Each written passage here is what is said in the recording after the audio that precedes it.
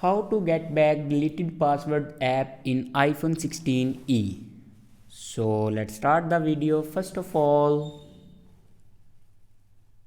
open app library and then search here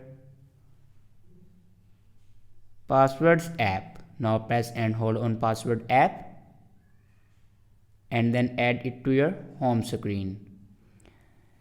And if it can't find your password app,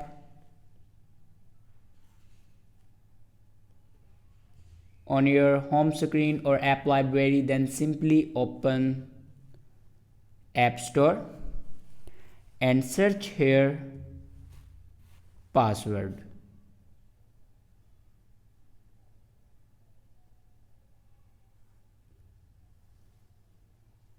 And now here you can download your password app.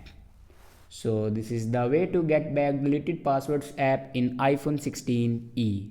I hope this video is helpful for you. Thanks for watching.